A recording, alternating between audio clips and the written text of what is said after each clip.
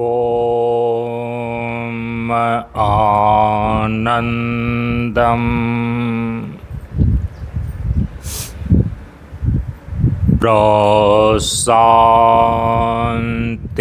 जीवनदर्शनम्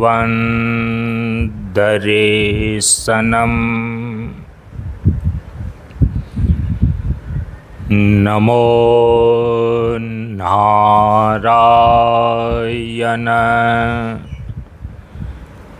नारायणम्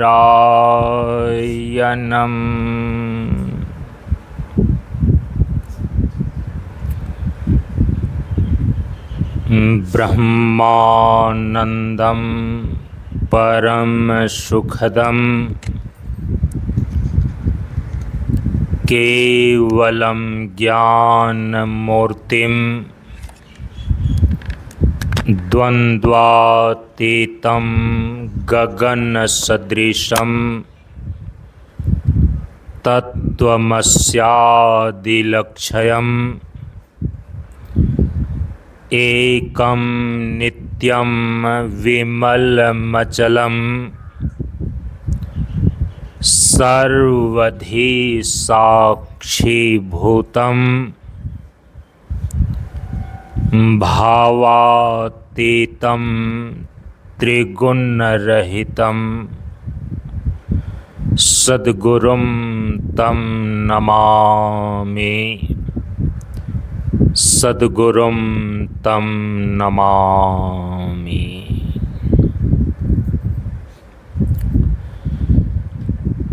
श्री गुरु चरण स्पर्श अनुभूति ज्ञान मार्ग सत्संग के सानिध्य में उपस्थित श्रद्धालु सत्संग प्रेमियों, ज्ञान बढ़े गुणवान के संगत, ध्यान बढ़े तपस्वी संग किन्हो, बुद्धि विवेक विचार बढ़े संत सन्यासी सुसज्जन तिन्हो। इसलिए ज्ञानी बेधय ज्ञान से,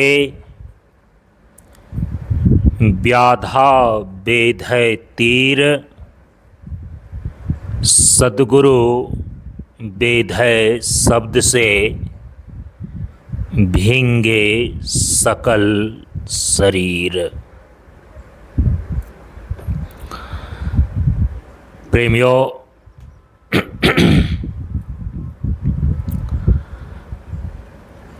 हम सभी लोग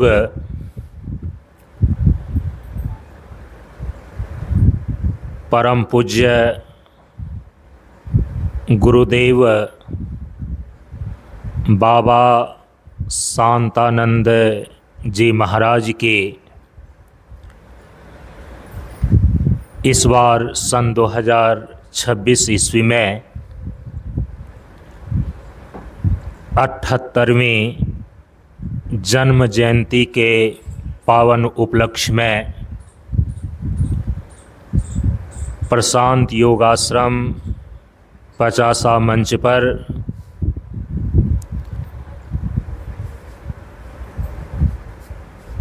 बाईस मई से लेकर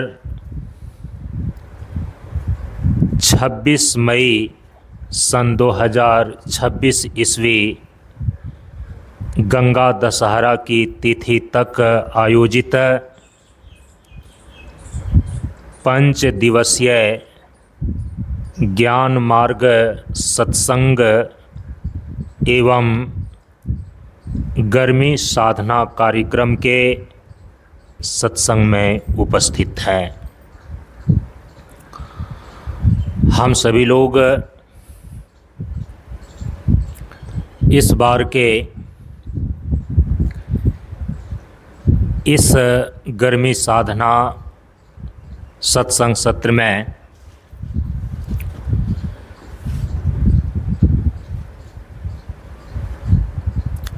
सूर्योपासना की योग विधि पर विचार कर रहे हैं। आप सभी लोगों ने पिछले दिन के सत्संग में यह श्रवण किया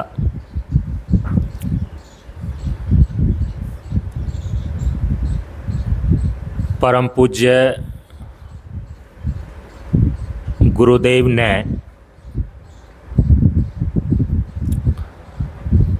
इस ज्ञान मार्ग सत्संग मंच की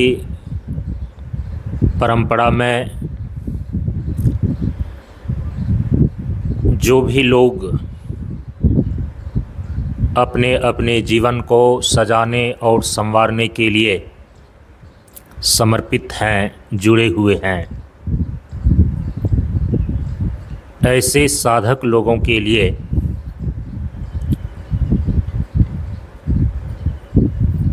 जीवन का आत्म कल्याण प्राप्ति हेतु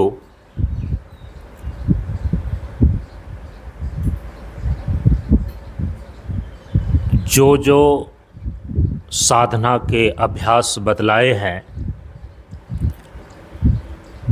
जो साधना की प्रणाली निश्चित किए हैं, उन सभी साधना के अभ्यासों को और उन सभी साधना की प्रणालियों को मुख्य रूप से साधना की 3 श्रेणियों के अंतर्गत वर्गीकृत किया गया है। पहला है तत्व साधना, दूसरा है योग साधना और तीसरा है वेदांत साधना। इस तीनों प्रकार के साधना की श्रेणियों के संबंध में परम पूज्य गुरुदेव ने अपने उपदेशों में स्पष्ट रूप से निर्देश दिए हैं। पिछले 3 दिनों के सत्संग में आप साधना की इन 3 श्रेणियों के संबंध में सुन चुके हैं। गुरुदेव ने आत्म कल्याण प्राप्त करने के लिए जितने साधना के अभ्यास बतलाए हैं और उन्होंने जितनी साधना की प्रणालियां निश्चित की हैं, वे इसी 3 श्रेणियों में वर्गीकृत हैं। तत्व साधना के रूप में, योग साधना के रूप में और वेदांत साधना के रूप में। अभी हम सभी लोग तत्व साधना के अंतर्गत विचार कर रहे हैं। तत्व साधना के अंतर्गत सूर्योपासना की जो योग विधि है, इस बार के गर्मी साधना सत्संग सत्र का यह विचारणीय विषय है। तो तत्व साधना के अंतर्गत पिछले 2 दिनों से आप सुन रहे हैं कि परम पूज्य गुरुदेव ने एक विशेष साधना को निर्धारित किया है, जिसको बोलते हैं जाड़ा, गर्मी और बरसात को सहने की साधना।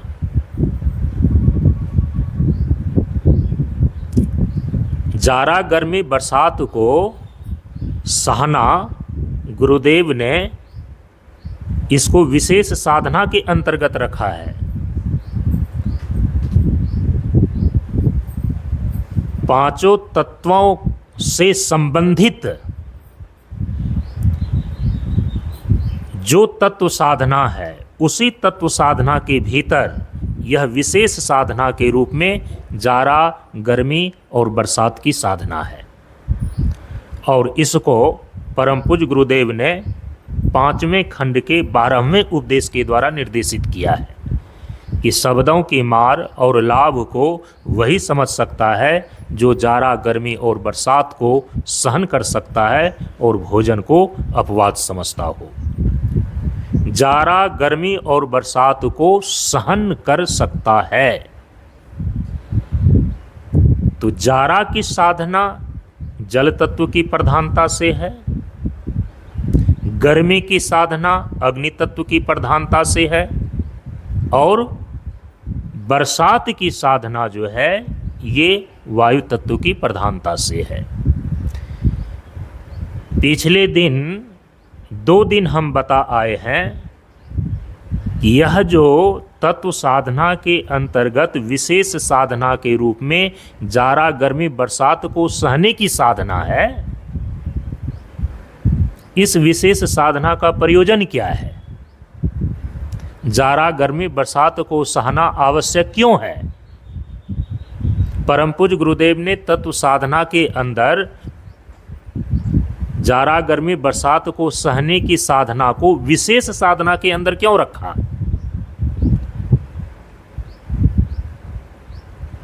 तो इसके प्रयोजन को स्पष्ट कर दिया। एक तो विशेष साधना के संबंध में 5वें खंड के 12वें उपदेश में जहाँ पर जाड़ा गर्मी बरसात की साधना को निर्देशित किया गया है, वहीं पर इनके प्रयोजन को भी स्पष्ट कर दिया गया है। केवल आपका ध्यान जाना चाहिए, और पिछले 2-3 दिनों से आपके ध्यान को हम आकृष्ट करवाए हैं। गुरुदेव क्या कह रहे हैं? जो जाड़ा गर्मी बरसात को सहन कर सकता है, जो जाड़ा गर्मी बरसात को सहने की साधना करता है, केवल वही शब्दों की मार और लाभ को समझ सकता है। तो शब्दों की मार और लाभ को समझने के लिए जाड़ा गर्मी और बरसात को सहने की साधना करना आवश्यक है।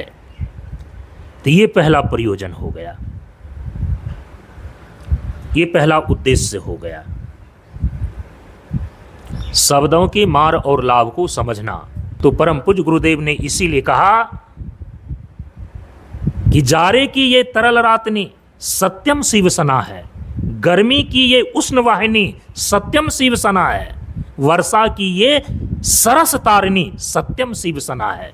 जो सत्य तत्व है, जो शिव है, शिव माने शुभ और कल्याणकारी, तो कौन तत्व सत्य है, शुभ है, कल्याणकारी है?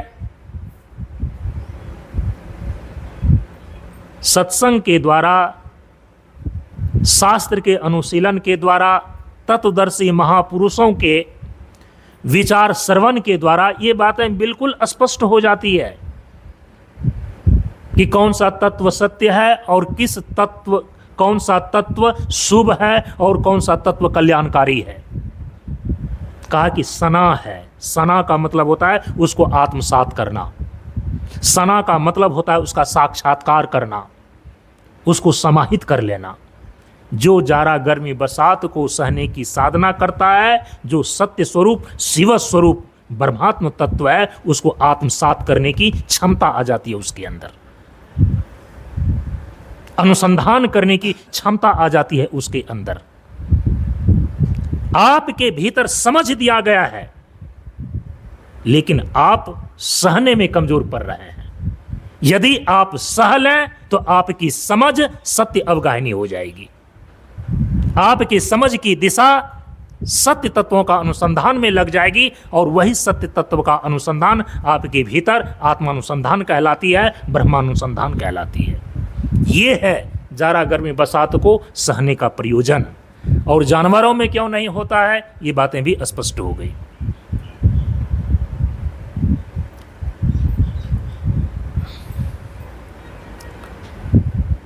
जाड़ा गर्मी बरसात को सहने की साधना, इसको परम पूज्य गुरुदेव ने विशेष साधना के अंदर रखा।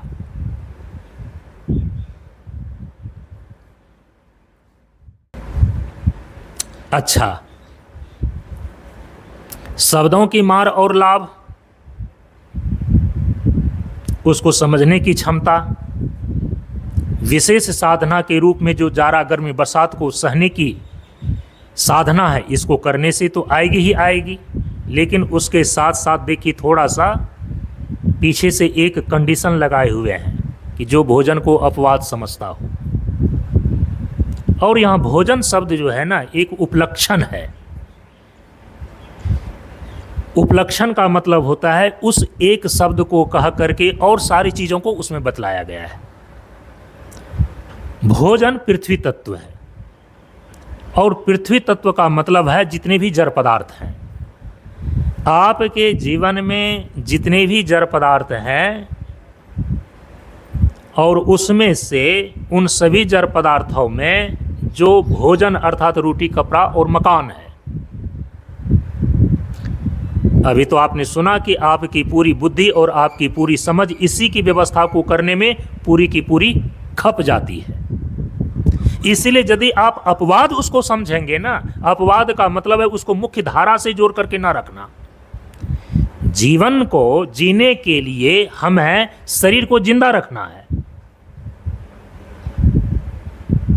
तो शरीर की यात्रा पूरी हो सके, शरीर सुरक्षित रह सके, इसीलिए हमें रोटी, कपड़ा, मकान चाहिए। लेकिन रोटी, कपड़ा, मकान की व्यवस्था हमारे जीवन के दुख को दूर कर देगा, ये जो समझ रहा है, ये जो मान करके चल रहा है, इसलिए वह रोटी, कपड़ा, मकान के पीछे दौड़ रहा है। कहा कि उसके समान अविवेकी और उसके समान महामूर्ख कोई नहीं है। यदि तत्व दृष्टि से आप विचार करेंगे तो ऐसे व्यक्तियों पर, यदि खुद उसके अंदर अभी हम और आप स्वयं यदि चल रहे हैं तो स्वयं के ऊपर हंसी आएगी। अरे आज तक रोटी, कपड़ा, मकान की व्यवस्था करके जीवन से दुख को किसने दूर कर सका है? जीवन से दुख को दूर करने के लिए रोटी, कपड़ा, मकान की व्यवस्था नहीं है। शरीर को सुरक्षित रखने के लिए, शरीर को जिंदा रखने के लिए हमें रोटी, कपड़ा, मकान चाहिए। इसीलिए जो अपने जीवन में जीवन के परम पुरुषार्थ मोक्ष को सिद्ध करने के लिए चल दिया है, जो अध्यात्म के मार्ग पर चल दिया है, उनके जीवन के मुख्य धारा में रोटी, कपड़ा, मकान की व्यवस्था के लिए हम पूरे जीवन की ऊर्जा और समय को लगाएं, ये बात रह ही नहीं जाती है। शरीर को सुरक्षित रखने के लिए, शरीर को जीवित रखने के लिए जितना रोटी, कपड़ा, मकान चाहिए, बस उतनी वो व्यवस्था करता है। जीवन में जड़ का प्रयोग कितना, कई बार आपने सुना है ना। परम पूज्य गुरुदेव ने जब जड़ चेतन के अनुशासन पर हुआ ना, ज्ञान हुआ जब शांत हुआ, 2 पावों का पद्मासन, त्याग विवेक अभेद हुआ, जड़ चेतन का अनुशासन। जड़ चेतन के अनुशासन पर गुरुदेव ने जब प्रवचन किया तो उस समय मैंने अपना एक स्वभाव, आदत बना करके रखा था कि चूंकि परम पूज्य गुरुदेव का जो प्रवचन है वो तो कहीं टेप रिकॉर्ड नहीं होता था। आज जिस प्रकार से जो है ये सारी चीज़ें रिकॉर्ड हो रही हैं, उस समय तो होता नहीं था, गुरुदेव का आदेश नहीं था। उतनी सारी बातों को ध्यान में रखना, अपने मस्तिष्क में रखना, अपनी स्मृति में रखना, ये संभव नहीं है। कुछ कुछ मुख्य बातों को ही आप ध्यान में रख सकते हैं। इसीलिए सारी बातों को ध्यान में रखने के लिए पहले से हमारे महापुरुषों ने एक शैली अपनाया, उसको सूत्र के रूप में लिख लो, उसको कोटेशन के रूप में लिख लो, उसको जो है कविता के रूप में लिख लो, उसको जो उद्धरण में बांध दो। यह केवल याद रखने की शैली है, इस रूप में लिखना। तो परम पूज्य गुरुदेव ने जब समय पर प्रवचन किया तो उनके पूरे समय पर किए गए प्रवचन और व्याख्यान को उसी समय मैंने एक कोटेशन में बांधा, और आज भी वो बोला जा रहा है और सभी लोगों के द्वारा बोला जा रहा है कि समय बराबर ब्रह्म है, इसके सिवा कोई और न दूजा, समय के साथ चल दो, यही है सर्वश्रेष्ठ पूजा। परम पूज्य गुरुदेव ने समय के ऊपर जो प्रवचन किया और पूरे प्रवचन को मैंने एक कोटेशन में उसको याद रखने के लिए बांध लिया। और जब भी इस एक कोटेशन के ऊपर हम अपने विचार को ले जाते हैं, चूंकि मेरा सुना हुआ है गुरुदेव का प्रवचन, वे सारे के सारे विचार जो उस समय प्रवचन में बतलाए गए हैं, केवल इस एक कोटेशन को चिंतन में लाने पर वे सारे विचार उसी प्रकार से दौड़ने लगते हैं मस्तिष्क में, जैसे कि बाढ़ के समय नदी का पानी तेजी से दौड़ता है खाली जगह को भरने के लिए। हाँ, हो सकता है कि जिन्होंने गुरुदेव के प्रवचन को नहीं सुना है, अब उनके प्रवचन को सुनकर के जो कोटेशन बनाया गया है, जो सूत्र रूप में लिखा गया है, गुरुदेव ने जो अपने उपदेश में सूत्र रूप में उपदेश लिखे हैं, पूरे जीवन विज्ञान को सूत्र रूप में लिख करके दे दिए हैं। और मात्र वह एक पन्ने पर छपा हुआ है। 72 उपदेश हैं, 6 खंड में मुख्य उपदेश, शांति उपदेश 2 खंड में और विशेष खंड 2 है। प्रार्थना है, 2 पंक्ति का कीर्तन है, तत्व गुण वंदना है, आशीर्वचन जयकार शांति पाठ है। ये गुरुदेव की मौलिक रचना है। इसमें जो आप एक पन्ने पर छपे हुए इतनी चीजें उनकी देख रहे हैं, ये सूत्र रूप में है। और इसके पीछे परम पूज्य गुरुदेव के 14 साल का व्याख्यान है, 14 साल का प्रवचन है। समझ रहे हैं? 14 साल की तपस्या है, 14 साल की साधनाएं हैं। जो गुरुदेव ने 14 सालों तक प्रवचन किया, व्याख्यान दिया, जो उन्होंने 14 सालों तक तपस्याएं करी, साधनाएं करी, उन सभी को सूत्र रूप में गुरुदेव ने लिखा और उसी को हम सभी लोग प्रतिदिन नित्य पूजा के अंतर्गत दोहराते हैं। गुरु स्तुति से लेकर के शांति पाठ तक कुल 11 चरण हैं। क्या आप समझ रहे हैं कि केवल एक पन्ना में छपा हुआ कुछ लाइनें हैं? किसी तत्वदर्शी महापुरुषों के पूरे जीवन की तपस्या है वो, उनके अनुभव और अनुभूति है वो, और उस सूत्र और उस बीज से वृक्ष बनाने के लिए और पूरा के पूरा तत्वों को समझने के लिए उतने ही 14 सालों की व्याख्या और प्रवचन की आवश्यकता होगी आपको, श्रवण करने की आवश्यकता होगी आपको। समझ रहे हैं इस चीज को? तो कोटेशन के रूप में, कविता के रूप में, उद्धरण के रूप में, सूत्र के रूप में किसी विस्तृत व्याख्या को याद रखने के लिए, संस्मरण में लाने के लिए उसको लिखा जाता है।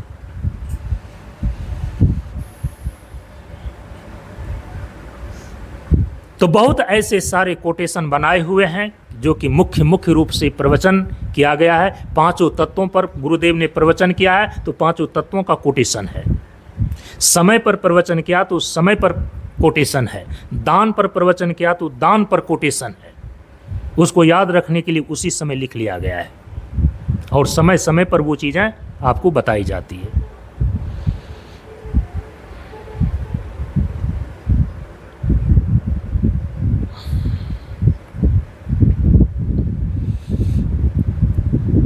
तो समय को लेकर के ये कोटेशन है। इसमें समय के महत्व को और समय की चीज़ों को लेकर के जितनी चीज़ें बतलाई गई है इस कोटेशन के अंदर आ गया है। वो समय बराबर ब्रह्म है, इसके सिवा कोई और न दूजा, समय के साथ चल दो, यही है सर्वश्रेष्ठ पूजा। गुरुदेव समय को लेकर के जिस कोटेशन को बोलते थे कि पुरुष बली नहीं होता है, समय होत बलवान, घड़ी घड़ी का मोल है, मत भूलो नादान, ये गुरुदेव का कोटेशन है। वे उच्चारण करते थे और समय पर जब पूरा प्रवचन किया गया तो उनके पूरे प्रवचन को मैंने इस कोटेशन में बांधा कि समय बराबर ब्रह्म है, इसके सिवा कोई और न दूजा, समय के साथ चल दो, यही है सर्वश्रेष्ठ पूजा।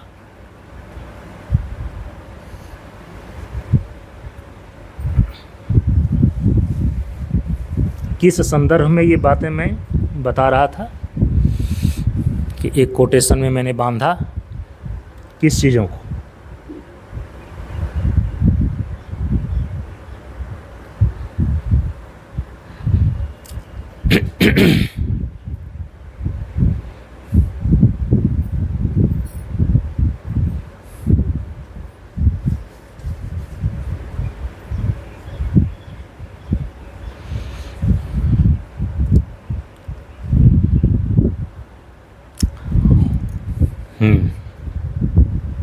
अब जहाँ भूल जाते हैं, जहाँ विचार का लिंक टूट जाता है, तो आप लोग तो फिर सुनने वाले हैं, आपकी उतनी जिम्मेदारी नहीं है। मैं बोलने वाला हूँ तो हमें तो फिर उस लिंक को जोड़ना ही पड़ेगा। जब वो लिंक टूट जाता है तो हम अब किसकी सहायता मांगें? हम किसको पुकारें? हैं?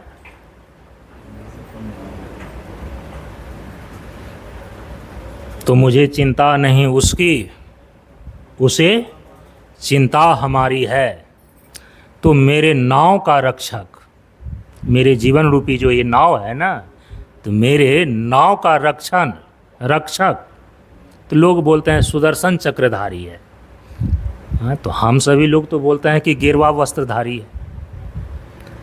हमारे जीवन के रक्षक कौन है? गेरुआ वस्त्रधारी हैं, हमारे गुरुदेव हैं। तो फिर तो उन्हीं को जो है, तो उन्हीं का अंतिम में एक आलंबन, अंतिम आलंबन तो उन्हीं का बचता है। जब स्मृति काम ना करने लगे, जब आदमी कोई चीज़ भूल भाल जाए, तो पार कौन लगाएगा? वही लगाएंगे ना पार। तो फिर वो फिर आपको स्मृति में वो चीज़ें, हाँ, तो वो उतार देते हैं। उतर गया अभी तो मैं तो ठहरा एक कठपुतली, नचाने वाला कोई और है, जिसके इशारे मात्र से ये कठपुतली करती दौड़ है। ये जो बोला जा रहा है, जो कहा जा रहा है, जो चीज़ें आपको बताई जा रही है, लोग तो 5-10 मिनट बोलते हैं ना, तो वो खोजने लगता है कि अब क्या बोलूं, अब क्या बोलूं। शब्द गायब है। लगता है कि भीतर जो है, जो चीज़ जितना सोच करके चिंतन करके रखा था, वो सारे के सारे जो हैं वो गायब हो गए हैं। लेकिन गुरुदेव की कृपा है कि यदि हम इतना थोड़ा सा चिंतन करते हैं ना, इतना जो सुना हुआ है गुरुदेव का, थोड़ा सा चिंतन को लेकर के इतने विचार मस्तिष्क में दौड़ते हैं, इतने विचार मस्तिष्क में उससे संबंधित रिलेटेड दौड़ने लगते हैं कि हमको संभालना मुश्किल पड़ जाता है कि ये बोल दूं कि ये बोल दूं कि ये बोल दूं, उसको सजाना पड़ता है। फिर समझिए, ये गुरु की कृपा है ना। 5-10 मिनट, आधे घंटा बोलने के बाद लोगों के शब्द समाप्त हो जाते हैं, और हमारे पास इतने विचार और शब्द हैं कि बोलते बोलते समय ही कम पड़ जाता है। कई बार लोग जो है कि 1.5 घंटा, 2 घंटा, 3-3, साढ़े 3-3 घंटा प्रवचन सुने हैं लगातार। और ऐसी बात नहीं है, वे चिंतन के स्रोत और शब्द की बाढ़ आपके मस्तिष्क के भीतर भी खुल सकता है। ये मेरा अनुभव है।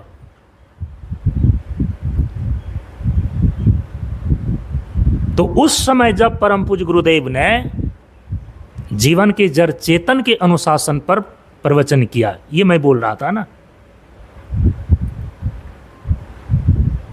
तो उसको मैंने एक छोटे से कोटेशन में बांधा, और आज उन कोटेशन को भी हमारे मंच की परंपरा में धड़ल्ले से सभी लोग प्रयोग कर रहे हैं। इसीलिए मैं ये जताता भी नहीं हूं कि ये मेरा कोटेशन है।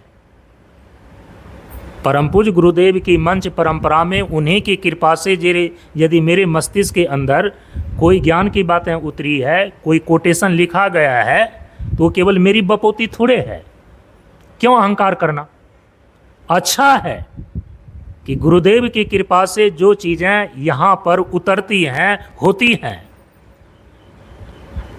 वे सबका हिस्सा बन जाएं, निसंकोच और निर्द्वंद रूप से सब प्रयोग करके उसका लाभ उठावें, ये तो अच्छी बात है।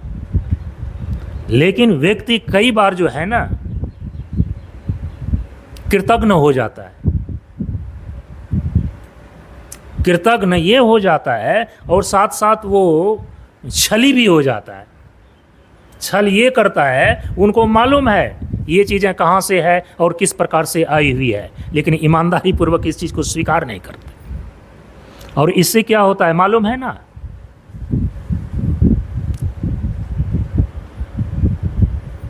पुरी के जगत गुरु शंकराचार्य जी ने कई बार वेदांत स्वाध्याय के पाठ में हम सभी लोगों को बतलाया कि एक बात को ध्यान में रखना, जो विद्या, जो चीज़ें जिससे तुम्हें प्राप्त होती है, जब जब उस बात को, उस विद्या का तुम प्रयोग करते हो, उनके ज्ञान की बातों को तुम दूसरे को बताते हो, तो उस समय उनका नाम लेने से मत भूलना।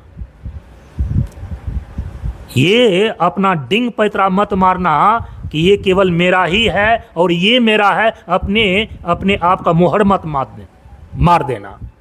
ईमानदार पूर्वक बता देना चाहिए कि ये ज्ञान की बातें अमुक महापुरुषों से मैंने जाना है, समझा है, सुना है। इससे क्या होता है ना कि वो विद्या आपके ऊपर अनुग्रह करता है, समझ रहे हैं? नहीं तो वो विद्या जो है ना कुपित हो जाती है, वो विद्या फलवती उसके जीवन में नहीं होती है जिसके द्वारा जो विद्या आपने प्राप्त की है। तो इसीलिए तो कई प्रकार के चोर होते हैं। एक धन का चोर होता है, किसी के धन को, दूसरे के धन को चुरा लिया।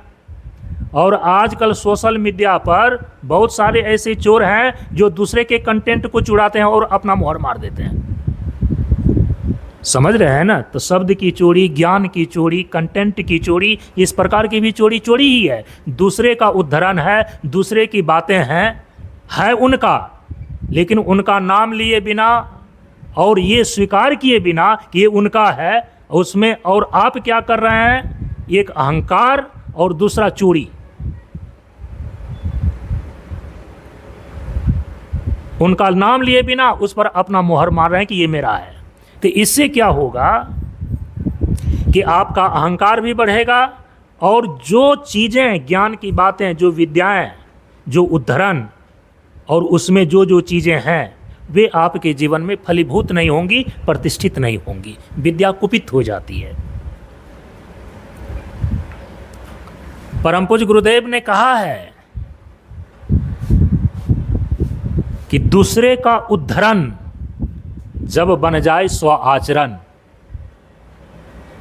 है वो दूसरे का कहा हुआ, लेकिन यदि तुमने जो दूसरे का कहा हुआ है जो चीजें, लेकिन तुमने उन चीजों को अपने आचरण में उतार लिया, उसको आत्मसात कर लिया, उस चीज का बोध कर लिया, उसका साक्षात्कार कर लिया, तो अब जो सत्य चीजें हैं, जो विद्याएं हैं, जो ज्ञान है, वो तो परंपरा से, अनादिकाल से चलती चली आ रही हैं। ऋषि मुनियों की परंपरा से, गुरु शिष्य की परंपरा से, उनके अनुग्रह को प्राप्त करने के लिए हम उनका नाम लेते हैं। लेकिन वो तो किसी एक व्यक्ति की बपोती संपत्ति नहीं होती है। भगवान किसी की बपोती संपत्ति नहीं है, प्रकृति का नियम किसी का बपोती संपत्ति नहीं है कि कोई अपना कॉपीराइट कर दे कि ये मेरा ही है, दूसरा इसका प्रयोग नहीं कर सकता है। ऐसा तो नहीं है ना। इसीलिए दूसरे का उद्धरण जब बन जाए स्व आचरण, कहने को होता दूसरा लेकिन बनता स्व आवरण। स्व आवरण का मतलब होता है स्वयं का आभूषण बन जाता है, स्वयं का जो है कि वो शोभा बनाने वाला बन जाता है। दूसरे का उद्धरण जब बन जाए स्व आचरण, अमुक अमुक महापुरुषों ने ये चीजें कही, आप कह रहे हैं कि रामकृष्ण परमहंस ने ये कहा, विवेकानंद ने ये कहा, स्वामी अखंडानंद जी महाराज ने ये कहा, पुरी के शंकराचार्य जी महाराज ने ये किया, ये कहा, जो कहा, लेकिन उन तत्वों का यदि आपने बोध कर लिया और अपने आचरण में उतार लिया तो वो अब आपका अपना है। लेकिन अपना होते हुए भी उनके अनुग्रह को प्राप्त करने के लिए उनका नाम ले लेना आवश्यक होता है। ये चीजें मैंने पहली बार अमुक महापुरुषों से सुना है, उसी से जाना है, उसी से समझा है। इससे क्या होता है कि वो विद्याएं आपके अंदर प्रतिष्ठित होती हैं और फलित होती हैं, नहीं तो विद्या कुपित होती है। और ये महापुरुषों का जो नाम आपने छिपा दिया, जिनसे आपने जाना, सुना, समझा, आपने उनके नाम को छिपा दिया और अपने नाम का मोहर मार करके केवल उसको आपने पेश कर दिया, ये तो छल हो गया, एक प्रकार की चोरी हो गई। इसको बोलते हैं साहित्यिक चोरी। इस प्रकार से बचना चाहिए, इन सारी चीज़ों से बचना चाहिए। इसलिए बार बार जहाँ जिन शास्त्रों से जो बातें कही जाती है, एक तो शास्त्र प्रमाण है, वो बातें शास्त्र से प्रमाणित कही जा रही है, लोगों के अंदर यह विश्वास भी होता है। और जिन जिन महापुरुषों की बातें जिनसे आपने लाभ लिया है, उनका नाम ले लेने पर उनका भी अनुग्रह प्राप्त होता है और उनके द्वारा जो विद्या, जो चीजें आपको मिली है, वे आपके जीवन में फलीभूत भी होती हैं। नहीं तो चोरी की गई विद्या जो है ना, छल से अपने भीतर लाई गई जो विद्या है ना, वो आपको समय पर काम नहीं देती है। महाभारत में आपने वो घटना देखी है ना, परशुराम और कर्ण का, तो मैं उसमें जाऊंगा नहीं अभी। और उसी समय परशुराम जी ने श्राप दिया उनको कि जिस प्रकार से तुमने छल पूर्वक ये धनुर्विद्या मेरे से प्राप्त किया है, क्योंकि मैंने प्रतिज्ञा कर रखी थी किसी भी क्षत्रिय को मैं ये धनुर्विद्या नहीं दूंगा, और तुम क्षत्रिय होते हुए भी अपने नाम और पहचान को छिपा करके मेरे से धनुर्विद्या में पारंगत हो गए। अंतिम में वो प्रकट हो गया कि कर्ण क्षत्रिय था, सुत पुत्र नहीं था। तो तुमने छल से ये धनुर्विद्या मेरे से लिया है। जीवन के ऐन मौके पर जिस समय ये विद्या तुम्हारी रक्षा कर सकती थी, ये विद्या तुम्हारी रक्षा नहीं करेगी। इसीलिए कर्ण अंत में महाभारत के युद्ध के मैदान में मारा गया। जब भगवान श्री कृष्ण ने आदेश दिया और कर्ण का रथ का जो चक्का वहां पर फंस गया, टूट गया था, और अर्जुन को कहा कि हता, हे अर्जुन मारो। अर्जुन ने कहा कि युद्ध के नियम बनाए गए हैं प्रभु, यदि किसी भी सारथी का कोई रथ फंस जाता है या हथियार हाथ से गिर जाता है, जब तक उनके रथ ठीक नहीं हो जाते हैं और हथियार हाथ में उठा ही नहीं लेते हैं, तब तक उस पर वार न किया जाए।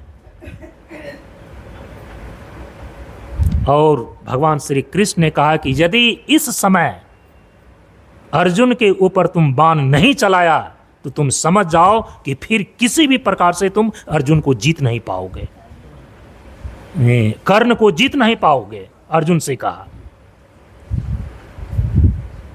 उस समय युद्ध के नियम कहां चले गए थे? जिस समय 7 महारथी मिलकर के एक दुधमुहा बालक अभिमन्यु को चारों तरफ से घेर करके मारा जा रहा था। क्या युद्ध के ये नियम नहीं थे कि एक महारथी से एक महारथी ही युद्ध करेगा? उस समय युद्ध के नियम कहां चले गए थे? एक छोटा सा बालक अभिमन्यु को 7 महारथियों ने मिलकर के मारा। क्या तुम उस बात को भूल गए हो? जिसके मोह में तुम इस मर्त्य लोक से स्वर्गलोक चले गए अभिमन्यु को देखने के लिए, और मैंने तुम्हें दिखाया, और अभी तुम मुझे पाठ पढ़ा रहे हो युद्ध के नियम। हता, हना, मारो। रथ का चक्का फंस जाता है तो कर्ण जो है ना, उस समय जो धनुर्विद्या के अंदर परशुराम जी से कि एक अलग अस्त्र को आवाहन करता है कि हाथ में आ जाए, और वो आता नहीं है, क्योंकि परशुराम जी ने कहा था कि ये छल से जो तुम विद्या ग्रहण किए हो ना, इसका जिस समय तुम्हें सबसे अधिक आवश्यकता पड़ेगी, ये तुम्हारे काम में नहीं आएगी। और नहीं आया उस समय कर्ण के काम।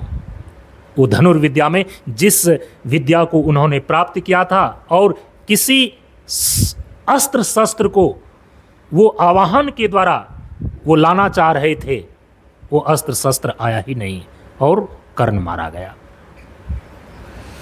छल से लाई गई विद्या समय पर काम नहीं आती।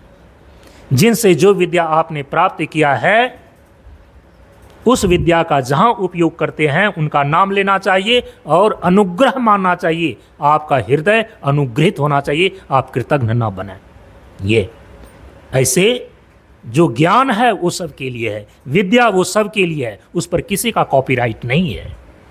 लेकिन हमारा यह शिष्टाचार है, हमारा यह मंगल आचरण है कि जब कभी भी किसी भी वेद के मंत्र का हम प्रयोग करते हैं, उस वेद मंत्र के जो दृष्टा ऋषि हैं, विनियोग में पहले हम उनसे आदेश लेते हैं, माने कि उनका हम नाम लेते हैं कि मैं आपके इस मंत्र का प्रयोग मैं अपने इस कार्य को सिद्ध करने के लिए करने जा रहा हूं। और केवल इतना शिष्टाचार मंगलाचरण कर देने से वे चीजें, माने ऋषियों की अनुमति आपको प्राप्त हो जाती है, और वे विद्याएं आपके जीवन में फलीभूत हो जाती हैं। ये तो गुरुदेव ने जब जड़ चेतन के अनुशासन पर प्रवचन किया और उन्होंने जीवन में जो जड़ चेतन का अनुपात बतलाया, क्योंकि जीवन तो जड़ और चेतन दोनों तत्वों से निर्मित है। जड़ प्रकृति से निर्मित यह शरीर और जो चेतन ब्रह्म है उसकी सत्ता इस जड़ शरीर के भीतर चेतन आत्मा के रूप में है। तो जड़ शरीर और चेतन आत्मा दोनों के ही संयोग से आपका जीवन खड़ा है और आपका जीवन चल रहा है। तो जड़ चेतन का तो अनुशासन होना चाहिए। अभी आप अपने जीवन जीने में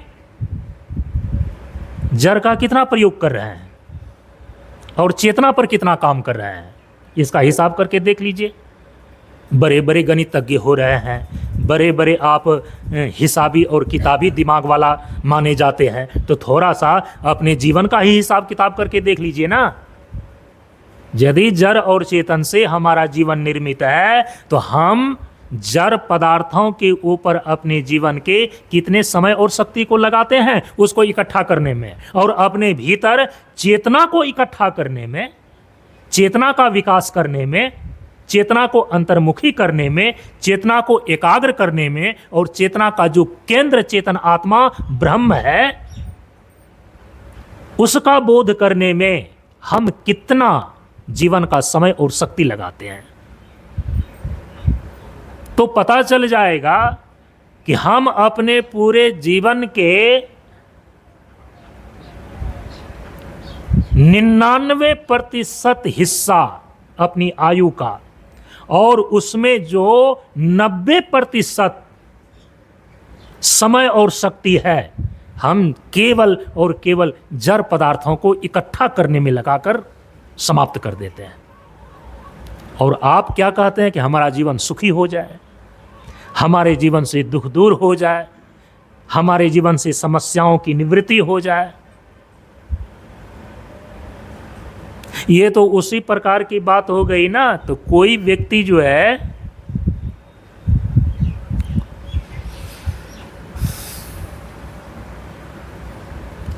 अपने मुख के भीतर जो है ना नमक का ढेला लेकर के बैठे और वो कल्पना करे कि इसमें मिश्री का स्वाद आ जाए, पूरे जीवन भर तक केवल आप अपने जीवन में जड़ पदार्थों को इकट्ठा करने में अपने समय को खर्च कर दिया। जबकि परम पूज्य गुरुदेव ने कहा कि समय की सच्ची सदुपयोगिता किसमें है, समय की सच्ची सदुपयोगिता किसमें है, समय की परिभाषा क्या है, उपदेश में निर्धारित कर रहे हैं गुरुदेव।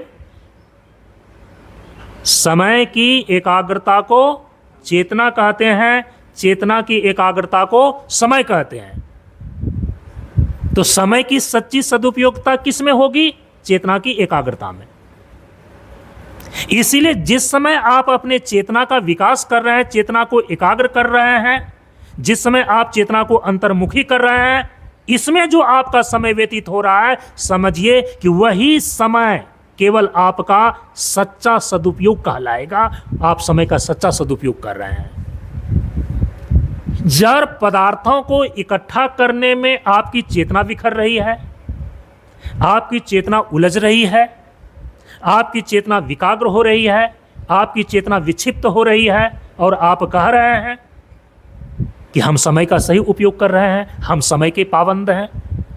समय की पाबंदी ही इसलिए बनाई गई थी कि आप जड़ पदार्थों के पीछे जो आप अपने समय का अपव्यय करते हैं उससे बचा करके आप उस समय का सदुपयोग चेतना को एकाग्र करने वाले, चेतना को अंतर्मुखी करने वाले, चेतना का विकास करने वाले जितने भी अभ्यास हैं, जितनी भी चीजें हैं, साधन भजन इत्यादि, इसमें लगा सकें। इसीलिए समय की पाबंदी बनाई गई। लेकिन आज समय की पाबंदी के नाम पर लोग कर क्या रहे हैं, चौक चौराहे पर बैठ करके घंटों चला जाए, कोई होश नहीं है। खेत में पानी पटाया जा रहा है, उनको इतना ज्ञान और विवेक है कि यदि चलो 2 घंटा लेट से ही हम भोजन खाएंगे घर में जाकर, यदि यहाँ पटवन चल रहा है खेत में, किस समय लाइन कट जाएगा, किस समय बिजली चली जाएगी और खेत पटने के लिए अधूरा रह जाएगा। वो 2 घंटा समय अधिक लगा करके भोजन वो पीछे करेगा। लेकिन जो काम अभी सामने अधूरा पड़ा हुआ है उसको पूरा करने के लिए वो अपने समय को उसमें लगा देता है। इतना उनको जड़ पदार्थ के विषय में इतना समय का विवेक है कि कहाँ समय को अधिक लगाना है और कहाँ समय को काट लेना है। लेकिन साधन भजन करने में आपके समय की पाबंदी का क्या अर्थ हो जाता है? यदि 5 से 10 मिनट तक ध्यान का समय है तो आप 8 मिनट में उठ जाएंगे, क्योंकि ध्यान मामूली चीज नहीं है। ध्यान लगता नहीं है तो समय काटना बड़ी मुश्किल पड़ जाता है। सत्संग 1.5 घंटे का है, यदि वह 2 घंटे का यदि हो जाए तो यह समय का अपाबंद हो गया। लेकिन पूरा का पूरा जीवन जो आपका गृहस्थाश्रम का समय था वो खत्म हो करके अब आप वानप्रस्थ में चले गए हैं, लेकिन फिर भी अपने टंगड़ी को गृहस्थाश्रम ही घिसिया रहे हैं, तो इसका होश नहीं है। इसीलिए समय की पाबंदी को एक छोटी सी इकाई से लेकर अपने पूरे जीवन की वृहत आयु की इकाई तक इसको लगा करके देखनी चाहिए।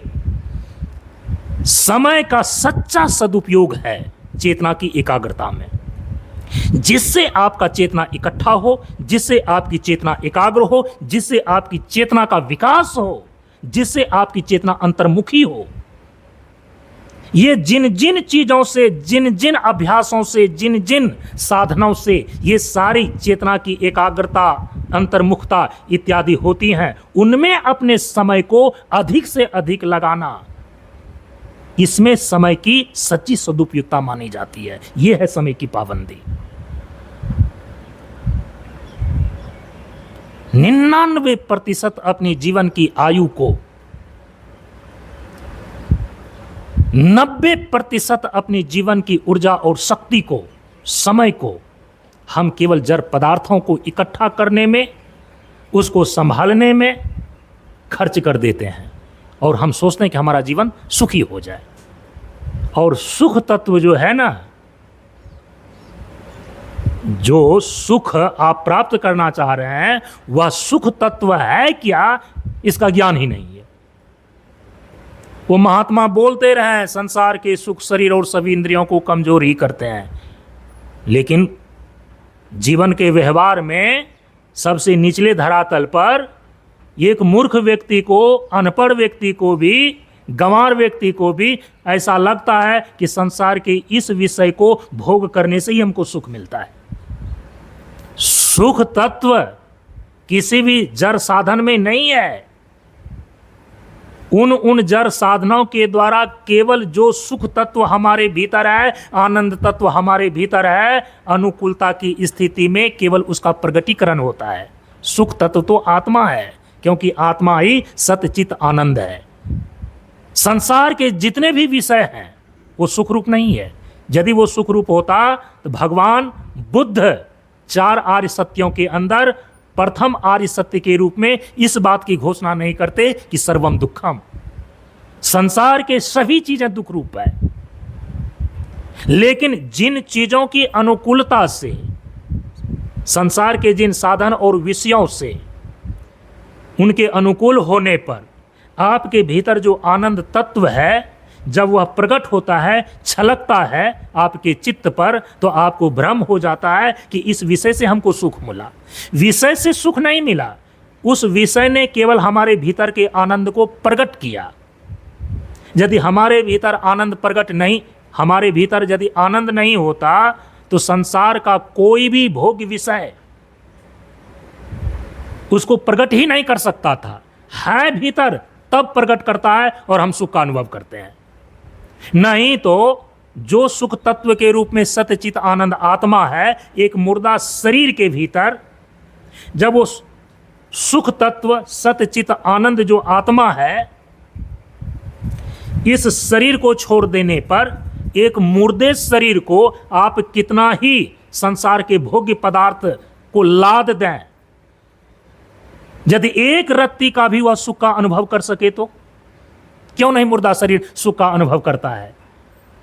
चाहे कितना ही भोज्य पदार्थ उनको अर्थी पर रख दें आप, कितना ही कपड़ा उनको पहना दें आप, एयर कंडीशनर मकान में रख दें, एक मुर्दा शरीर सुख का अनुभव कर सकता है क्या? नहीं कर सकता है। एक जीवित शरीर ही सुख या दुख का अनुभव करता है। क्यों? क्योंकि यह शरीर में जब तक सतचित आनंद आत्मा विराजमान है तभी तक संसार के अन्य विषय के द्वारा आपके भीतर चित्त में आत्मा का वह आनंद छलकता है, आनंद वह प्रकट होता है, तब आपको सुख की अनुभूति होती है। इसीलिए सुख की उपलब्धि जो है ना, यह एक विचित्र पहेली है, बड़े बड़ों को समझ में नहीं आया है। तो जो अविवेकी है, जो विषयी है, जो मूढ़ है, सुख की उपलब्धि किस रहस्यमय तरीके से हमारे भीतर प्राप्त होती है, वो क्या समझ पाएगा? सुखोपलब्धि एक विचित्र पहेली है। कुत्ता को लगता है कि हड्डी को थथोरने से इसी से हमें रक्त की प्राप्ति हो रही है, खून की प्राप्ति हो रही है, जबकि उस हड्डी के अंदर रक्त का, खून का रत्ती मात्र भी नहीं है, एक बूंद भी नहीं है, एकदम सूखा कंकाल हड्डी।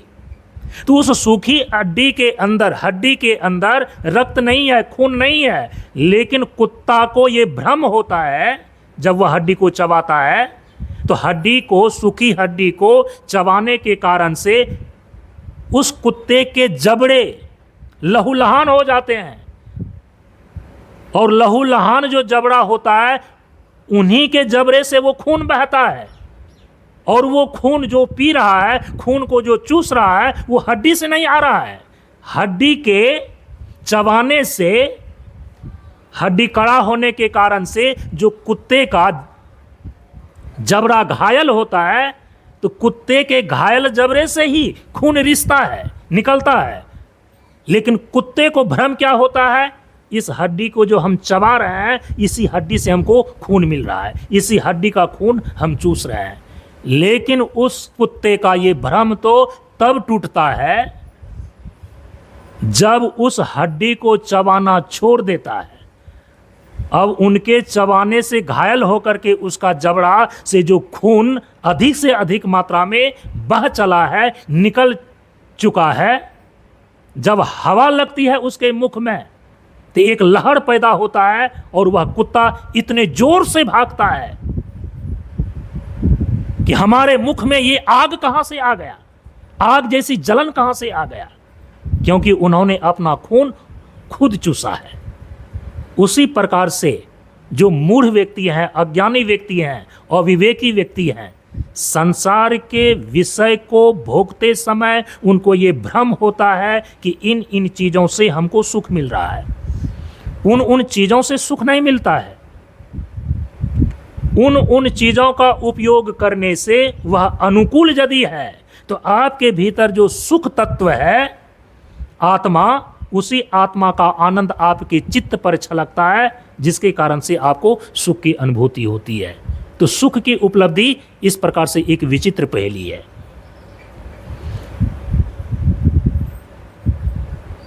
संसार के विषय, संसार के सुख शरीर और सभी इंद्रियों को कमजोर करते हैं, लेकिन फिर भी हम संसार के सुख के लिए संसार के विषय के पीछे ही भागते हैं, और उन सभी संसार के सुख देने वाले सभी जड़ पदार्थों को, सभी सुविधाओं को इकट्ठा करने में हम अपने जीवन के पूरे समय को खपा देते हैं।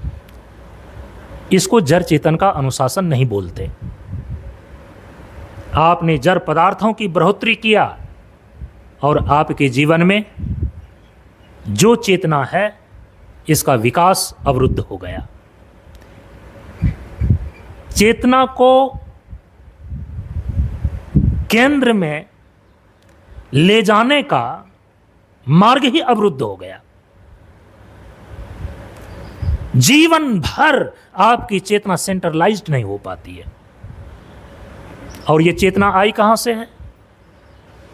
ये चेतना है क्या?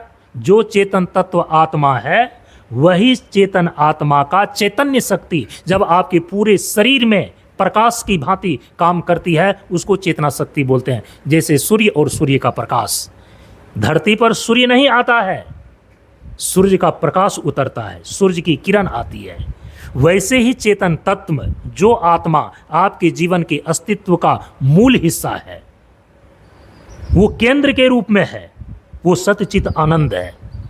लेकिन उसका चैतन्य प्रकाश आपके देह में, आपके इंद्रियों में, आपके प्राण में, आपके अंतःकरण में काम कर रहा है, इसीलिए उसको बोलते हैं चेतना शक्ति। तो चेतना का जो केंद्र है वह तो चेतन आत्मा है। चेतन आत्मा का चैतन्य प्रकाश जो है पूरे शरीर में क्रियान्वित होने वाला, काम करने वाला, वो चेतना शक्ति है। आप अपने पूरे जीवन में अपनी चेतना शक्ति को जड़ पदार्थों के इकट्ठा करने में बिखराए रखते हैं, कभी उसको अंतर्मुखी ही नहीं करते। अंतर्मुखी करने के जो जो उपाय है, जो जो साधन है, जो जो अभ्यास है, उसमें आपका मन ही नहीं लगता। लोगों को देख करके पूर्व जो कामना, वासना और जन्मजात संस्कार है, उससे प्रेरित होकर के आप पूरी चेतना शक्ति को केवल और केवल जीवन में जड़ पदार्थों को इकट्ठा करने में लगाए रखते हैं और खर्च किए रहते हैं। कभी वो चेतना सेंट्रलाइज नहीं हो पाती। जब चेतना सेंट्रलाइज नहीं हो पाती, जिस चेतना का केंद्र आत्मा सतचित आनंद है, उस आनंद की उपलब्धि कैसे होगी? इसीलिए परम पूज्य गुरुदेव ने कहा कि संसार के विषय में सुख नहीं है, और यदि संसार के विषय सुख को तुम भोगते हो तो शरीर और इंद्रियों को वो कमजोर ही करते हैं। चूंकि वह आनंद तत्व जो तुम्हारा मौलिक स्वरूप है, वह तो केंद्र के रूप में, आत्म तत्व के रूप में है, और उन्हीं का चैतन्य प्रकाश तुम्हारे देह, इंद्रिय, प्राण और अंतःकरण में क्रियान्वित होकर के चेतना शक्ति के रूप में काम कर रही है। और उस चेतना शक्ति को तुम कहाँ लगा रहे हो? जड़ पदार्थों का इकट्ठा करने में। और जड़ पदार्थों का इकट्ठा हम क्यों करते हैं? किस लिए करते हैं? क्या प्रयोजन है? एक ही प्रयोजन है, हम अपने जीवन को सुखी करना चाहते हैं। और दूसरा कोई प्रयोजन है क्या? जितने भी जड़ पदार्थ को हम इकट्ठा कर रहे हैं, रोटी है, कपड़ा है, मकान है, दुकान है, खेत खलियान है, पद है, प्रतिष्ठा है, गौधन, गजधन, बाजीधन और रतन धन खान है, जो कुछ भी संसार के जड़ पदार्थ हैं, उनको जो हम इकट्ठा कर रहे हैं, किस लिए इकट्ठा कर रहे हैं? कि हमको सुविधा प्राप्त हो जाए, हमको सुख प्राप्त हो जाए, सुख प्राप्त करने के लिए इसलिए हम इकट्ठा कर रहे हैं। पूरी चेतना शक्ति को उसमें खर्च कर रहे हैं। वो चेतना का केंद्र जो आत्मा है, केवल वो आनंद तत्व है। इसीलिए परम पूज्य गुरुदेव कहते हैं कि यदि तुम जीवन के रहस्य को समझना चाहते हो, सुख की उपलब्धि की विचित्र पहेली को तुम यदि सुलझाना चाहते हो, जो जड़ पदार्थों में तुम्हारी चेतना बिखरी हुई है, पूरे जीवन भर तक जो अपनी चेतना शक्ति को जड़ पदार्थों को इकट्ठा करने में सुख पाने के लालसा से तुम खर्च करते रहते हो, तुम जैसा सुख चाहते हो जड़ पदार्थ से तो वैसा मिलता नहीं है, तुम निश्चिंत ही नहीं हो पाते हो। जड़ पदार्थों से जो सुख प्राप्त करना चाहता है व्यक्ति, जड़ पदार्थ वो बाहर की चीज है। यदि उनके उपयोग और उपभोग पर आपका सुख निर्भर है तो आपका सुख पराधीन है। और गोस्वामी तुलसीदास जी महाराज स्पष्ट बोलते हैं, पराधीन सुख सपने हुनाई। वे सुख जो दूसरे के हाथ में हो, वे सुख जो दूसरे के अधीन में हो, ऐसा सुख आप चाहते हैं क्या? नहीं ना। आप तो स्वतंत्र सुख चाहते हैं जिस पर आप ही का अधिकार हो। सुख चाहते हैं ऐसा, लेकिन उसको ढूंढते हैं कैसे? किन चीजों में? जो जो चीजें दूसरे के अधीन है। इसलिए पूरा जीवन भर ये सुख पाने की जो एक विचित्र पहेली है ना, ये पहले ही बन करके रह जाती है। तो गुरुदेव कहते हैं कि देखो, जो चेतना की शक्ति को जड़ पदार्थों को इकट्ठा करने में तुम जीवन भर लगाए हो, लगा कर रखते हो, खर्च किए रहते हो, जैसा सुख चाहते हो तुम वैसा मिलता तो नहीं है, निश्चिंत तुम नहीं हो पाते हो, उल्टे शरीर और सभी इंद्रियों को वह कमजोर ही कर देता है। और चूंकि सुख नहीं चाहिए ये कोई नहीं कह सकता, आनंद हमें नहीं चाहिए ये कोई नहीं कह सकता, हमें शांति नहीं चाहिए ये कोई नहीं कह सकता, क्योंकि वह आपका स्वरूपभूत मांग है। चूंकि आपका स्वरूप सत्य चित आनंद ही है, इसीलिए सुख पाना आपका अभिष्ट है, आपका स्वभाव है, इसको कोई मना नहीं कर सकता। चाहे गृहस्थ हो, चाहे साधक हो, चाहे सन्यासी हो, सबका अभिष्ट है सुख और शांति, शांति और आनंद। आनंद तो चाहिए, लेकिन उस आनंद की खोज आप कहां कर रहे हैं? संसार के जड़ पदार्थों में, जो कि संभव नहीं है। उल्टे जरयंती तेज, आपके शरीर और इंद्रियों के तेज को, शक्ति को हरण करके वह कमजोर ही कर देता है। तो कैसे उस आनंद की प्राप्ति होगी? सुख कैसे प्राप्ति होगी? कहा कि सुख तत्व तो तुम्हारे भीतर है, सुख का स्रोत तो तुम्हारे भीतर है, लेकिन जड़ पदार्थों में अपनी चेतना को इतना अटका करके, उलझा करके रखे हो, भीतर जाने का स्रोत का मार्ग ही अवरुद्ध हो गया है। भीतर जो आनंद का स्रोत है वो तुम्हारा अवरुद्ध हो गया है। तो परम पूज्य गुरुदेव ने इसीलिए कहा कि अंतर्मुखी आनंद है और आनंद अंतर्मुखी।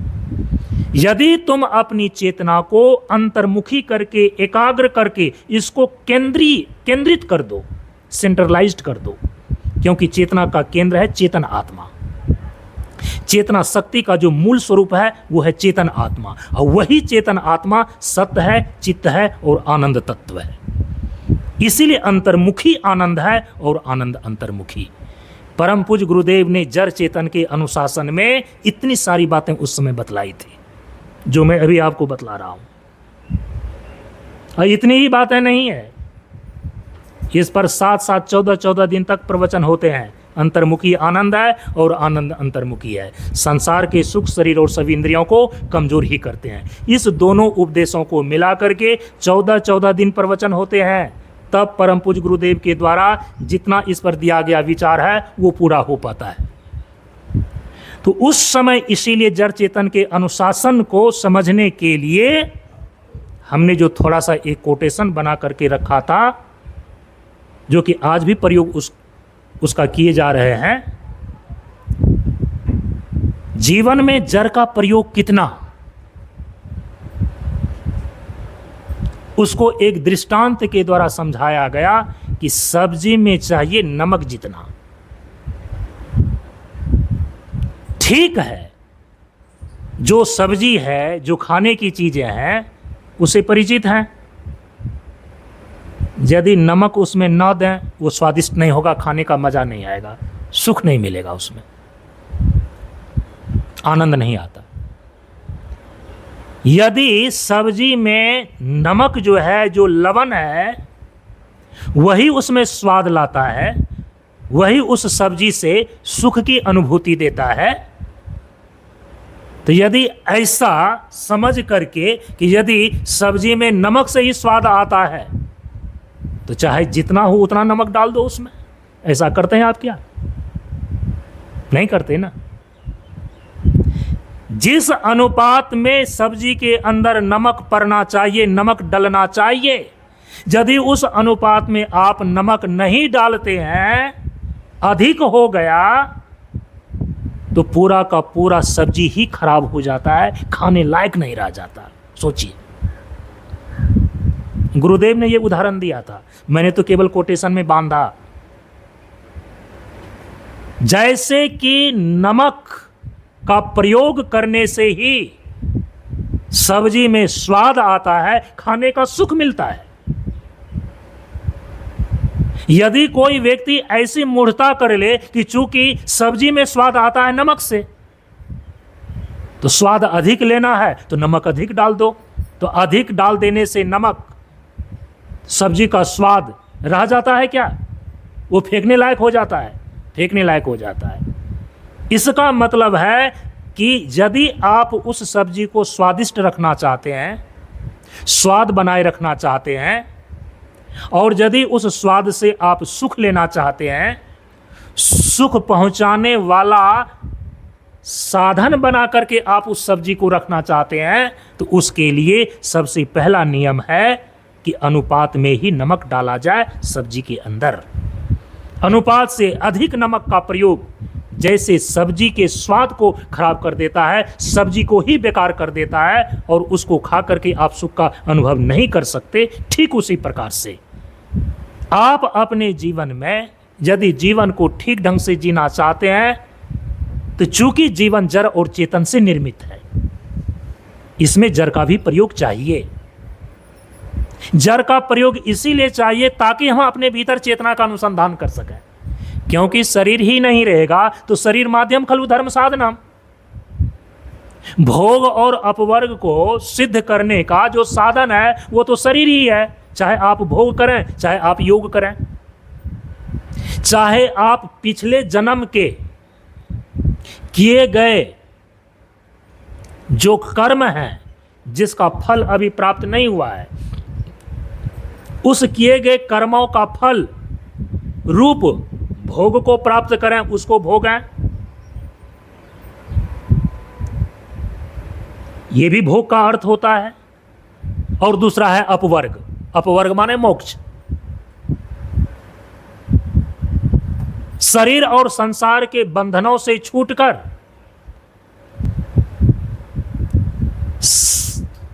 नित्य शुद्ध बुद्ध मुक्त आत्म स्थिति में होना, यह है अपवर्ग।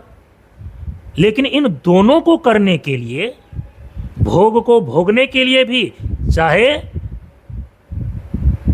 कर्मों का भोग भोगना हो और चाहे भोग्य पदार्थों को भोगना हो, उसके लिए तो शरीर चाहिए ना। चाहे अपवर्ग की सिद्धि के लिए जो जो साधन बतलाए गए हैं, श्रवण है, मनन है, निधिध्यासन है, योग साधना के रूप में आसन है, प्राणायाम है, ध्यान है, तत्व साधना के रूप में पांचों तत्वों का स्नान है, पांचों तत्वों का पान है, पांचों तत्वों का ध्यान है। ये जो मोक्ष को प्राप्त करने के ये अलग अलग साधन निर्धारित हैं, उस साधन को करने के लिए भी तो आपको शरीर की आवश्यकता होगी। तो भोग और अपवर्ग दोनों को साधने के लिए हमें शरीर माध्यम खलु धर्म साधनम, शरीर ही साधन है।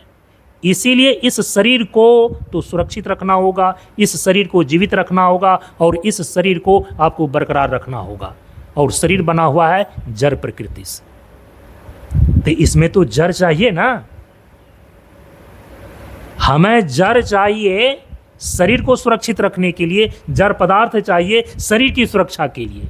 शरीर की सुरक्षा इसलिए चाहिए ताकि हम अपने जीवन के मौलिक तत्व का अनुसंधान कर सकें, चेतन आत्मा का हम साक्षात्कार कर सकें, चेतन आत्म स्थिति की उपलब्धि कर सकें, जीवन के परम पुरुषार्थ मोक्ष को सिद्ध कर सकें।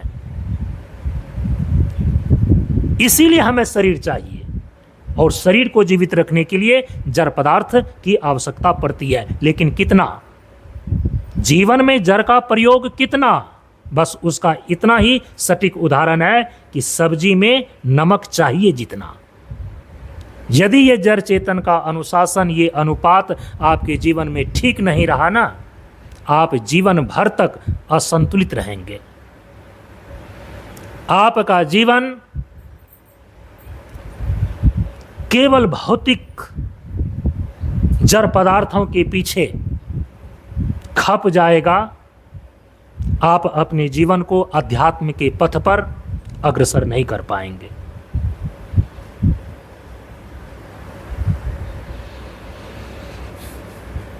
इसीलिए जब इतने सारे विचारों को हम इकट्ठा करके उनका सार निकालते हैं, हमारे महापुरुषों ने इसी प्रकार से जीवन विज्ञान के संबंध में विचार किया है और एक निर्णय पर पहुंचे हैं। किसी ने यह नहीं कहा है कि किसी भी व्यवस्था के द्वारा हम अपने जीवन से दुख को दूर कर सकते हैं। रोटी कपड़ा मकान की जो हम व्यवस्था करते हैं उससे जीवन का दुख दूर हो जाएगा और जिस प्रकार का हम सुख प्राप्त करना चाहते हैं, जिस प्रकार की निश्चिंतता प्राप्त करना चाहते हैं, वो सुख और निश्चिंतता प्राप्त हो जाएगी। ये किसी ने नहीं कहा है। और किसी ने ये भी नहीं कहा है कि यदि कि तुम्हें जीवन में जिंदा रहना है, शरीर को जिंदा रखना है, तो तुम्हें रोटी कपड़ा मकान की आवश्यकता नहीं होगी, ये भी नहीं कहा है। इसलिए जड़ चेतन का अनुशासन। महात्मा है एक लंगोटी ही, लेकिन कपड़ा तो चाहिए। महात्मा है एक बार का भोजन ही सही, लेकिन शरीर को जिंदा रखने के लिए एक वक्त का भोजन तो चाहिए। वृक्ष के नीचे ही सही, एक टूटी फूटी झोंपड़ी ही सही महात्मा को, लेकिन सिर छिपाने के लिए मकान तो चाहिए। यहां तक कि प्राकृतिक स्तर से जो जीवन बसर करने वाले पशु पक्षी हैं, जानवर हैं, वो भी अपनी घोंसला बनाते हैं। कपड़ा के रूप में घने पंख दिए हैं उसके शरीर के ऊपर। अपने गुप्त इंद्रियों को ढकने के लिए बहुत सारे पशुओं को पूंछ दे करके रखे हैं। ये तो प्राकृतिक व्यवस्था है। शरीर की यात्रा को पूरा करने के लिए हमें व्यवस्था चाहिए, रोटी कपड़ा मकान। लेकिन इसका मतलब यह नहीं है कि अपने जीवन को हम रोटी कपड़ा मकान की व्यवस्था से सुखी कर सकते हैं। आज तक किसी ने नहीं किया है।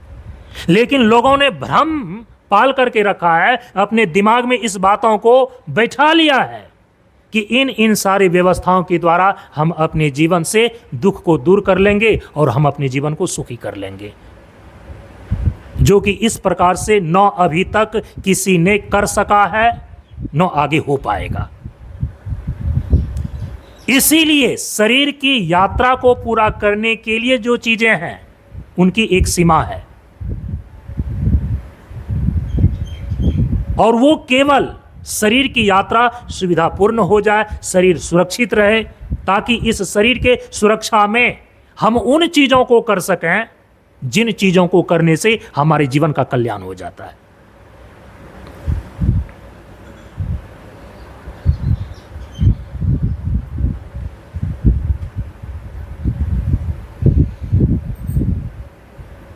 जाड़ा गर्मी बरसात से बचने के लिए ही हम जड़ पदार्थों को इकट्ठा करने में इतने रोटी कपड़ा और मकान के पीछे हम दौड़ रहे हैं,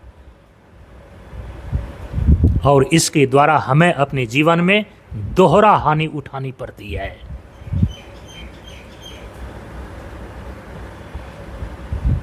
एक तो जड़ पदार्थों के पीछे अपने पूरे जीवन के समय और शक्ति को नष्ट कर देते हैं, और उन जड़ पदार्थों की बहुलता के कारण से हमारे जीवन में जाड़ा गर्मी बरसात को सहने की क्षमता घट जाती है।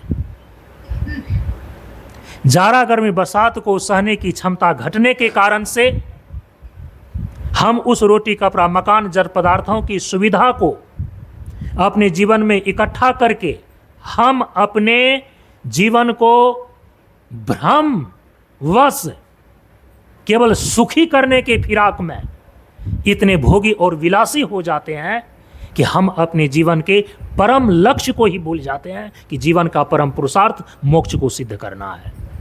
और वह मोक्ष की सिद्धि जड़ पदार्थों को इकट्ठा करने से नहीं होती है, बल्कि जो चेतन तत्व ब्रह्म और आत्मा है, उस ब्रह्म चेतन आत्मा को जानने से, उसका ज्ञान प्राप्त करने से होता है। इसीलिए तत्व साधना के अंदर परम पूज्य गुरुदेव ने यह स्पष्ट बतला दिया कि जाड़ा गर्मी बरसात को तुम सहने की साधना करो।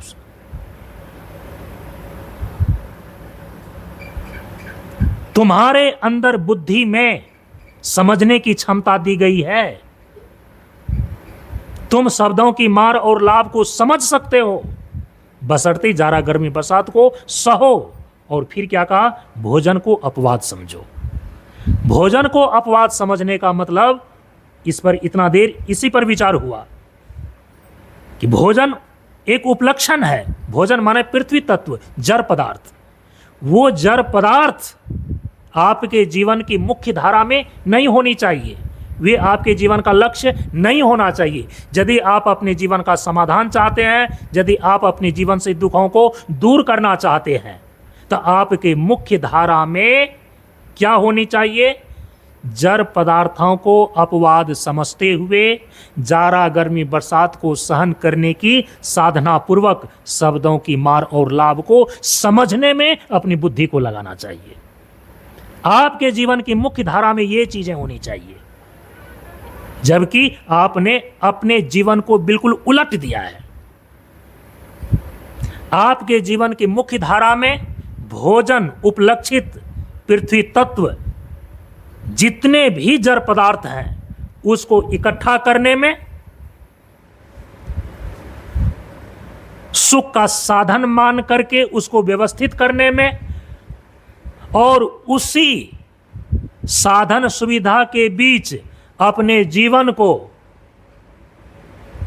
कृत्रिम रूप से ढालने के कारण से जाड़ा, गर्मी और बरसात को सहने की क्षमता दिन प्रतिदिन घटाते चले गए। और जो भीतर में मनुष्य शरीर के अंदर जन्म से ही बुद्धि के अंदर सभी जीवों से अधिक, सभी पशु पक्षियों से अधिक समझने की क्षमता दी गई थी, उन समझ की क्षमता को हमने जड़ पदार्थों को इकट्ठा करने में लगा करके खर्च कर दिया। और जो जीवन का मूल तत्व चेतन आत्मा और ब्रह्म है, उस सत्य के अनुसंधान के मार्ग को ही अवरुद्ध कर दिया। इस प्रकार से आपके जीवन की धारा ही बिल्कुल विपरीत है। आप जीवन में चाहते कुछ और हैं, लेकिन आप जीवन में कर कुछ और रहे हैं। हमारे अंदर समझ है, समझने की क्षमता है, और यदि केवल सहने की क्षमता आ जाए तो हमारे जीवन में 4 चांद लग सकता है। जो जीवन का मौलिक हिस्सा है, जो मूल तत्व है चेतन ब्रह्म और आत्मा, हम उसका बोध कर सकते हैं, हम उसको आत्मसात कर सकते हैं, हम उनका साक्षात्कार कर सकते हैं, क्योंकि हमारे भीतर समझने की क्षमता है, केवल सहने की क्षमता नहीं है। इसीलिए परम पूज्य गुरुदेव कहते हैं तुम सहने की क्षमता को बना लो, तुम्हारी समझ भी सही दिशा में जाएगी और तुम्हारे भीतर जो जीवन के अस्तित्व का मूल हिस्सा चेतन आत्मा और ब्रह्म है, उसका बोध करने का तुम्हारा रास्ता भी अवरुद्ध नहीं होगा, वो खुल जाएगा। इसीलिए जाड़े की ये तरल रातनी सत्यम शिव सना है, गर्मी की ये उष्ण वाहिनी सत्यम शिव सना है, वर्षा की ये सरस तारिणी सत्यम शिव सना है। इन्हीं शब्दों के साथ मैं अपनी वाणी को आज यहीं पर विराम देता हूँ। परम पूज्य गुरुदेव के श्री चरणों में नमन करते हुए आप सबों को एक साथ नमो नारायण।